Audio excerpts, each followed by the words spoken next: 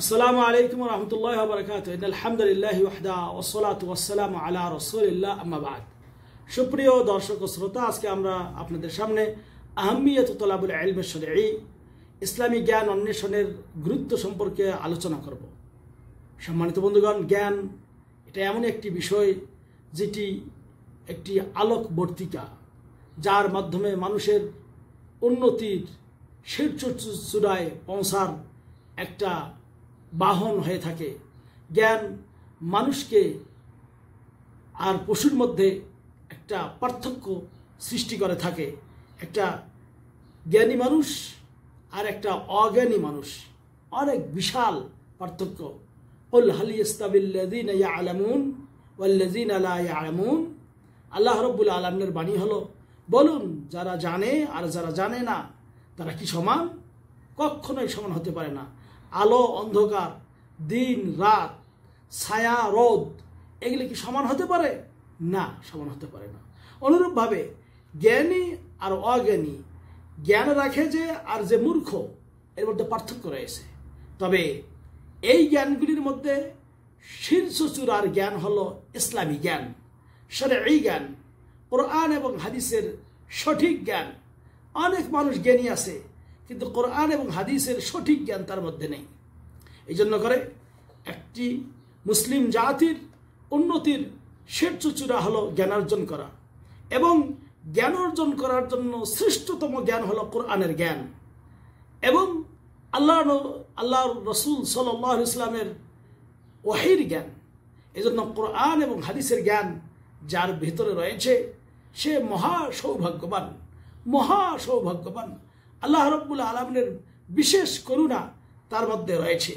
এই জন্য করে একটা জাতির উন্নতি হয়, যে জাতি যত জ্ঞানার্জন করে অত তার কি উন্নতি সাধিত হয়ে থাকে।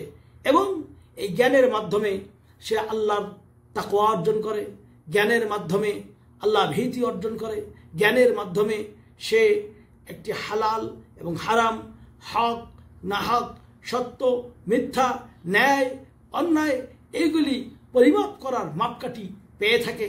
সম্মানিত বন্ধুগণ, এই জন্য জ্ঞানের মাধ্যমে আপনার যাবতীয় অন্যায় অপকর্ম যেমন অশান্তি বিশৃঙ্খলা দ্রবীত হয়, পাশাপাশি এর মাধ্যমে ন্যায় প্রতিষ্ঠা, সুখ সমৃদ্ধ অর্জন করা এবং উন্নতির শীর্ষ চূড়ায় অগ্রগামী হওয়া সম্ভব হয়।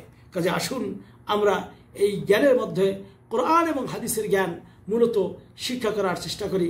কারণ এই কোরআন এর জ্ঞান শিক্ষা দিয়েছেন কে? স্বয়ং আল্লাহ রাব্বুল আলামিন। কাকে? নবী মুহাম্মদ সাল্লাল্লাহু আলাইহি ওয়াসাল্লামকে। যেমন আল্লাহ বলেন, ওয়া আল্লামাকা মা লাম তাকুন তা'লাম ওয়া কানা ফাদলুল্লাহি আলাইকা আযীমা। সূরা নিসা 113 নম্বর আয়াতে আল্লাহ বলতেছেন, আল্লাহ রাব্বুল আলামিন নবী মুহাম্মদ সাল্লাল্লাহু আলাইহি ওয়াসাল্লামকে বলতেছেন যে আল্লাহ রাব্বুল আলামিন তোমাকে ওই জ্ঞান শিক্ষা দিয়েছেন যেটা তোমার জানা ছিল না। এবং আল্লাহ রাব্বুল আলামিনের অনুগ্রহ মহান। এটা একটা মহান অনুগ্রহ যদি কোনো মানুষকে আল্লাহ তার ওহীর জ্ঞান শিক্ষা দিয়ে থাকেন। এমনকি নবী রাসূলগণকে আল্লাহ রাব্বুল আলামিন এই জ্ঞান দিয়ে পাঠিয়েছেন যাতে করে তারাও মানুষদেরকে এই কোরআনের জ্ঞান হাদিসের জ্ঞান শিক্ষা দান করেন। যেমন সূরা বাকারার 151 নম্বর আয়াতে আল্লাহ রাব্বুল আলামিন বলতেছেন, কামা আরসালনা ফীকুম রাসূলাম মিনকুম ইয়াতলু আলাইকুম আয়াতিনা। যেমন নাকি তোমাদের মাঝে তোমাদের মধ্য থেকে রাসূল প্রেরণ করেছি। কেন? ইয়াতলু আলাইকুম আয়াতিনা, যারা আমার আয়াত তোমাদের কাছে পাঠ করবে, ওয়া ইউযাক্কিকুম, তোমাদেরকে পরিচ্ছন্ন করবে, ওয়া ইউআল্লিমুকুমুল কিতাবা ওয়াল হিকমা, এবং তোমাদেরকে কিতাব এবং হিকমত অর্থাৎ কোরআনের জ্ঞান হাদিসের জ্ঞান শিক্ষা দেবে, ওয়া ইউআল্লিমুকুম মা লাম তাকুনু তা'লামুন, এবং তোমরা যেটা জানতে না সেইগুলি তোমাদেরকে শিক্ষা দেবে। সম্মানিত বন্ধুগণ, এই জন্য করে এই কোরআন এবং হাদিসের জ্ঞান শিক্ষা করা অপরিহার্য কর্তব্য। এবং বিশেষ করে এই জ্ঞান শিখতে হবে শাহিদাল্লাহু আন্নাহু লা ইলাহা ইল্লাহু, আল্লাহ সাক্ষ্য দিচ্ছেন যে আল্লাহ ছাড়া সত্য কোনো ইলাহ নেই। এই আল্লাহর একত্ববাদের জ্ঞান শিখতে হবে। ওয়াল মালাইকাতু, এবং আল্লাহর ফেরেশতাগণ এই সাক্ষ্য দেন, ওয়া উলুল ইলম, যাদেরকে আল্লাহ ইলম দিয়েছেন তারাও সাক্ষ্য দেন।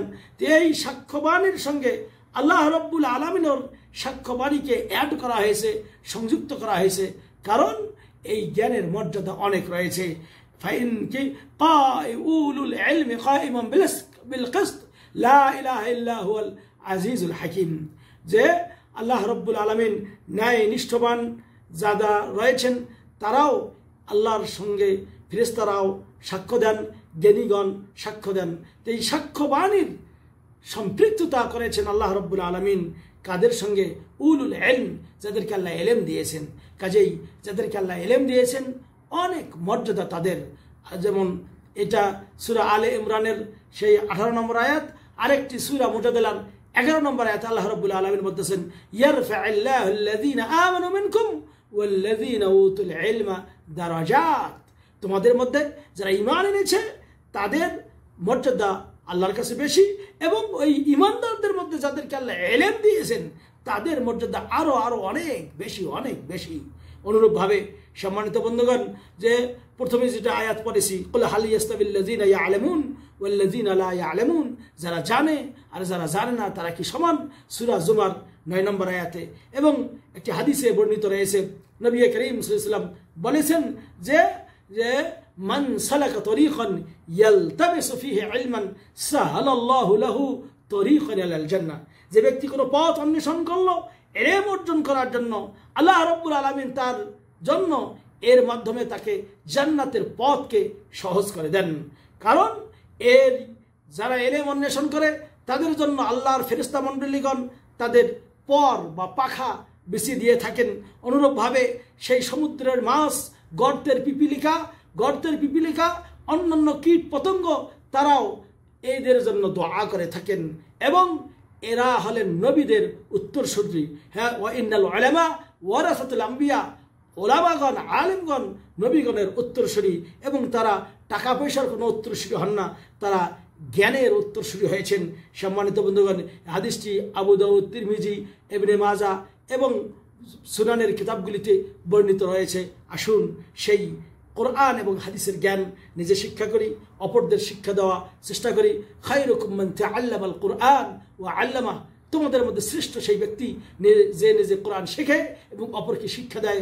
আসুন আমরা শ্রেষ্ঠ মানুষের মধ্যে হওয়ার চেষ্টা করি এবং কোরআন এবং হাদিসের জ্ঞান, শরীয়তের জ্ঞান শিক্ষা করার চেষ্টা করি এবং অপরকে শিক্ষা দেই। হে আল্লাহ, এই তৌফিক তুমি আমাদেরকে দান করো। আমিন। ওয়া সাল্লাল্লাহু আলা নবিয়িনা মুহাম্মদ। ওয়াসসালামু আলাইকুম ওয়া রাহমাতুল্লাহ।